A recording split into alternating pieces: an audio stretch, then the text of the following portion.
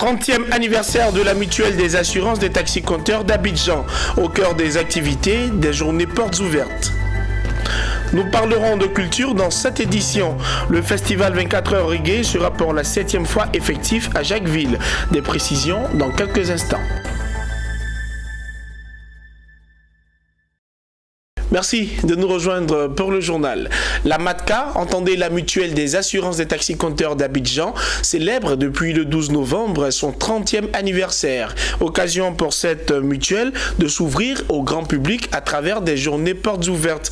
La cérémonie officielle a eu lieu à la Caisse Table dans la commune du Plateau en présence des autorités du pays et des acteurs du monde du transport. Emmanuel Bonzo et Ezekiel Seri y étaient, ils nous font le point. Acteur majeur dans le secteur du transport urbain, la MATCA a 30 ans. Un trentenaire marqué par des festivités à travers des journées portes ouvertes à la Caisse Table dans la commune du Plateau. Pour l'occasion, les responsables de la MATCA ont affiché un bilan reluisant après 30 ans d'existence en dépit du passé tumultueux de la mutuelle. Votre mutuelle s'est dotée aujourd'hui d'un plan stratégique 2017-2021 et ce plan lui permettra de devenir une entreprise moderne et performante. Et c'est pourquoi la nouvelle vision de notre mutuelle va dans ce sens. Je pense que ces propos que vous venez d'entendre nous ont permis de comprendre que certes, nous venons de loin, mais le bilan est plus que satisfaisant. Un parcours marqué par des soubresauts pour aujourd'hui parvenir à un organe sûr et fiable pour les sociétaires de la mutuelle. Un bon qualitatif de la MATCA salué ici par le Haut Conseil du patronat des transports routiers de Côte d'Ivoire. Les transporteurs routiers ne peuvent que se réjouir du fait que leurs outils qu'ils ont mis en place soient viables et fiables. Représentant le Premier ministre, ministre du Budget et du Portefeuille de l'État, ainsi que le ministre de l'Économie et des Finances, Diarasouba Karim, s'est félicité de la vision nouvelle des dirigeants de la MATCA, contribuant ainsi à la stabilité et à l'essor du secteur des taxis-compteurs d'Abidjan. Pour ce 30e anniversaire, la MATCA inscrit l'événement autour de réflexions et de partage d'expériences relatifs à la problématique du transport urbain et plus particulièrement sur celle des taxis-compteurs. Des panels, conférences, tables rondes et expositions sont au menu de ces festivités. Pour rappel, la MATCA a été créée le 21 juin 1989 et revendique à ce jour une flotte de 23 000 véhicules pour plus de 1000 sociétaires avec 2,6 milliards de francs CFA de sinistres versés aux mutualistes. Abordons à présent le chapitre culturel de cette édition. Les mélomanes de la musique reggae auront encore une fois leur grande messe culturelle de fin d'année. Le festival 24 heures reggae, organisé chaque fin d'année par l'ONG Nklobakan, vise à mobiliser des fonds au profit des enfants démunis à travers l'organisation des concerts et autres activités culturelles. Pour cette année, cet événement sera couplé à l'organisation de la première édition de la foire commerciale côtière, l'innovation majeure pour vivifier ce festival qui est à sa 7e édition. Le commentaire de Mon Désir Nascimento Odifini. Face aux hommes de presse et les dignitaires de la région des Grands Ponts, notamment Jacquesville et Dabou, les responsables de l'ONG Nklobakan. Une rencontre organisée à l'espace Tendance de Jacquesville pour confirmer la tenue de la 7e édition du festival 24 heures reggae. C'est un événement hautement culturel qui permet de mobiliser des ressources en faveur des enfants démunis et en particulier ceux des Rastamènes. Le festival a 7 ans. Cette année, c'est l'âge d'un enfant qui a grandi et qui court dans tous les sens, qui fait montre d'une belle vitalité. Je pense que cette 7e édition va marquer un grand coup parce que c'est une édition qui va s'étendre sur 2 villes.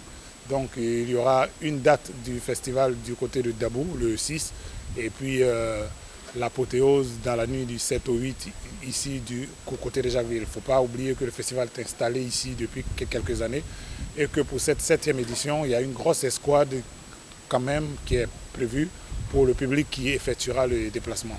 C'est un festival dont l'entrée est totalement libre. Donc du 6 au 8 décembre, le public pourra venir vivre vraiment en live et en direct, comme on a l'habitude de le dire.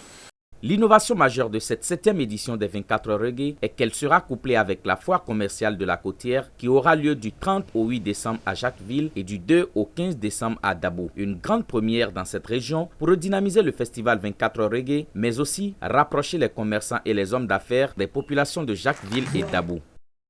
Ce qu'il faut retenir, c'est que nous avons un rêve. Un rêve de permettre à nos parents de bénéficier des mêmes avantages que ceux qui sont à Abidjan. Je demande aux autorités du pays de nous aider à faire éclater beaucoup de foires comme ça dans certains villages. C'est très difficile pour nos parents pour avoir des boîtes de lait, des boîtes de choses. C'est très difficile. Ils disent, il n'y en a pas, on est dans un village. La légende du reggae ivoirien Alpha Blondy assure le parrainage de la 7e édition des 24 heures reggae, plateforme d'expression de la musique reggae made in Côte d'Ivoire, qui se tiendra simultanément du 6 au 8 décembre dans les villes de Jacquesville et Dabo. L'imam de Sakofé, village situé à 10 km de la ville de Touba dans la région du Bafing, a été investi à l'occasion du Maouloud 2019. L'investiture s'est faite en présence des autorités politiques et religieuses du département de Ouaninou. Le commentaire de Hervé Blagnon.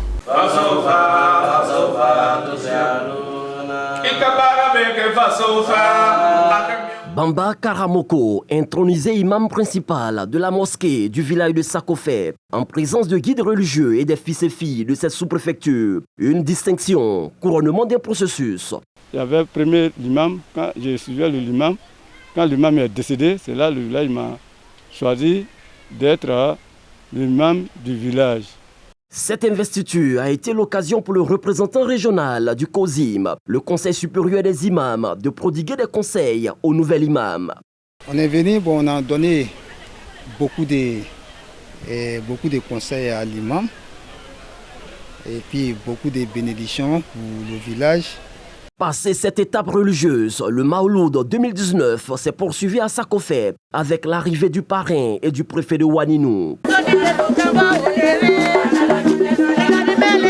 Ces officiels ont invité les fils et filles de Sakofé au rassemblement en vue de moderniser ce village.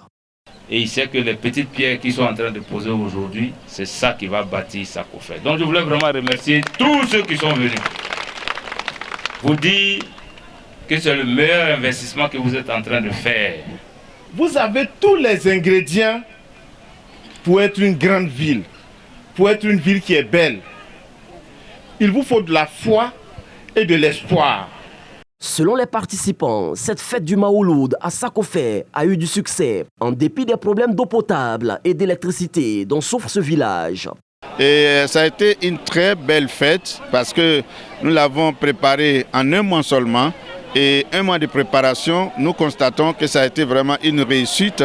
Nos mamans souffrent beaucoup au village ici, à Sakofé.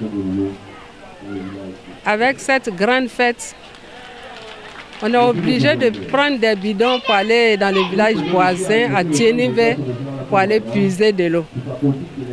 Par manque d'eau potable à Sakofé.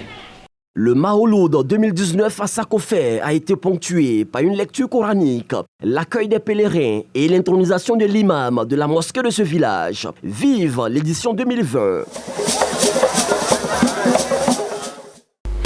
Les crédits alloués par le système bancaire de l'Union monétaire ouest-africaine se sont établis à 32 798,1 milliards de francs CFA au terme de l'année 2018, selon les données de la commission bancaire. Par rapport à leur niveau de 2017, ces crédits ont progressé au rythme annuel de 7,3%. La structure reste dominée par les crédits à la clientèle à hauteur de 63,7% et les titres de placement pour 20,4%, tandis que les parts des immobilisations financières, des autres immobilisations et de divers emplois se situent respectivement à 0,7%, 11,5% et 3,8%, nous souligne toujours le système bancaire de l'UEMOA. Merci de nous avoir suivis. Bonne suite de programme sur Business 24 Africa. Les programmes se poursuivent.